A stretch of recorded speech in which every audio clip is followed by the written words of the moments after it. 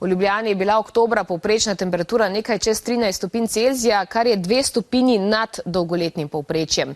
A kurilna sezona se je začela in za marsikoga je ogrevanje velik izdatek. Pozanimali smo se, kako lahko zmanjšamo stroške. Družina Ažman iz Predosl pri Kranju je spomladi to staro hišo zamenjala za novo pasivno hišo, energetsko zelo učinkovito.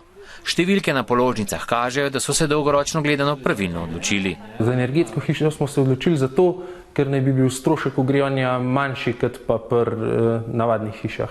Porabimo tudi nekako tako, kot smo si zamislili. Čez celo leto približno po 50 evrov na mesec. Okrog 600 evrov nas bo prišlo ogrevanje za celo hišo. Vsi, ki kupujejo hiše, se največkrat vprašajo, poleg tega seveda, koliko je investicijska cena hiše, tudi kakšni so stroški obratovanja hiše oziroma kakšni so stroški življenja v tej hiši. Klasične hiše imajo porabo nekje okoli 120 kWh energije na kvadratni meter. Najsodobnejše rešitve pa uspejo objekt ogreti tudi za samo 15 kWh, torej tudi do 8-krat ceneje. Kolikor je bilo včasih za hišo 200 kvadratnih metrov potrebnih 2500 litrov kurilnega olja, bi to danes pomenilo v energetsko varčni hiši nekje 300-400 litrov kurilnega olja. Če vemo, da liter kurilnega olja trenutno stane natanko 1 evro, se prihranki v večjih stanovanjskih hišah lahko merijo v nekaj tisoč evrih na leto. Sicer pa je v Sloveniji menda kar 81% stanovanjskih objektov energetsko neustreznih. Prenova le-teh pravilno poteka, le če se držimo pravilnega vrstnega reda ukrepov.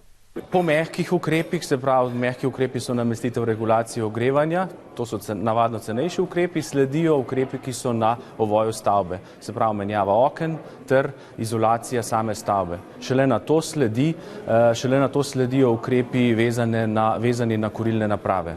Torej najprej zmanjšamo porabo energije v objektu, nato pa namestimo primerno kurilno napravo. Sledi odločitev, kako prezračevati stanovanje. Pri klimatskih napravah je v prvi vrsti pomembna energetska poraba same klimatske naprave. Strokovnjaki svetujejo predvsem tiste z oznakami A, A+ in boljše. Drugi normalno aspekt je pa neko udobje. Proizvajalskih klimatskih naprav zelo veliko pozornosti namenjajo temu, da si stranka lahko zelo individualno nastavi nastavitve, ki jih hoče imeti za to, da je bivanje v nekem prostoru prilagojeno specifično tej stranki. Če je stanovanjski objekt pravilno izoliran, se ogreva s primernim energentom ter prezračuje z ustreznimi grelno-hladilnimi telesi, so lahko prihranki na stroških tudi 40-odstotni.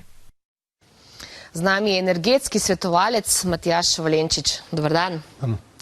Kako lahko gledalci ugotovijo, katero je najprimernejše in tudi najcenejše ogrevanje za njihovo hišo?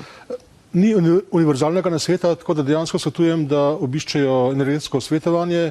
V Ljubljani nova svetovalna pisarna v Centru energetskih rešitev CER. Drugače pa je množica energetsko svetovalnih pisarn po celi Sloveniji, tako da vsak lahko najde pisarno v svoji bližini. Torej pokliče na najbližjo postajo k vam v pisarno, kamorkoli in se pozanima in potem mu pač svetujejo. Svetovanje je strokovno, brezplačno in neutralno, tako da dejansko je dostopno vsem. No, ampak kar veliko se zadnje čase, bi rekla, med ljudmi govori o različnih ogrevanjih, peleti, olje, plin, toplotna črpalka. Toplotna črpalka ni poceni. Je prav vsaka hiša primerna za toplotno črpalko?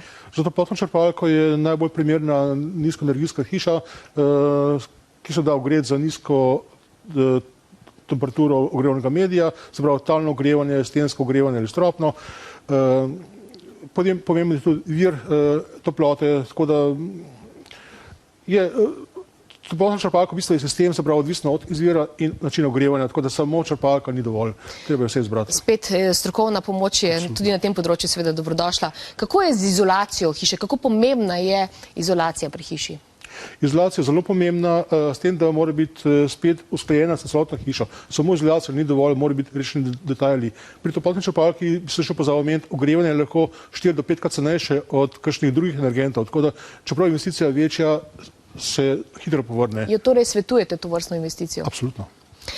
81% slovenskih hiš ni primerno toplotno izoliranih, pravijo strokovnjaki, zdi se torej podatek, ki na nek način zbuja skrb.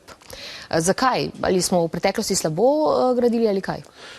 No, zahteve se zaostrujajo, je pa res, da smo v preteklosti malo zaspali pri zakonodaji, tako da ja, smo slabo gradili in zdaj te napake malo dražje plačujemo. Je pa odgovor že zajet v vprašanju, kako se pravi čim prej izolirati. Tisti, ki letno porabi 3000 litrov kurilnega olja, takih je veliko, lahko po celoviti obnovi zmanjša rabo energije na 300 do 400 litrov kurilnega olja ali ekvivalenta, se pravi za faktor 10. In s prihrankom od ogrevanja pokrije investicijo v nekaj letih. Ampak včasih smo govorili, dejali ste sami, da so zahteve zaostrene, tudi verjetno zaradi evropske direktive, evropskih zahtev, evropske zakonodaje, ki smo jo morali prilagoditi tudi našo zakonodajo. Kako je z evropskim denarjem? Torej nekdo, ki denimo nima primerno izolirane hiše, ali lahko zaprosi za subvencije, mu lahko pri tem pomaga država ali ne? Včasih smo veliko govorili o tem, zdaj nekoliko manj. Subvencije so na razpolago vsako leto, nažalost zmanjkajo pred koncem leta, letos so prišle prejšnji mesec tudi za večstanovanjske stavbe. So pa tudi druge oblike pomoči, to so ugodni krediti, to so občinske subvencije, tako da dejansko denar ni največja ovira, ovira je znanje. Kaj to pomeni? Da ljudje preprosto ne poznajo dovolj vašega dela ali se morda tega problema niti ne zavedajo in raje plačujejo vsak mesec več denarja ali pa ogromne količine denarja za ogrevanje hiše? Prepozno pridejo do nas pridejo, ko so že naredili ukrep in vidijo, da je slab ukrep in pridejo do nas na svet, kako popraviti napako. Se vam zdi, da je sicer teh, ki se obračajo na vas, vedno več? Ja. Tudi zaradi krize? Teh je vedno več, tudi zaradi kakšnih akcij, zaradi podržitev goriva, jasno, da vsak tak ukrep spodbudi, ampak še bolj se moramo pa zavedati kakovosti bivanja. Določeni ukrepi, ki zmanjšajo rabo energije, pa poslabšajo bivanje, tako da tle moramo paziti. Osnova je kakovost bivanja ob majhni rabi energije. Najlepša hvala za pojasnila. Hvala lepa, prosim.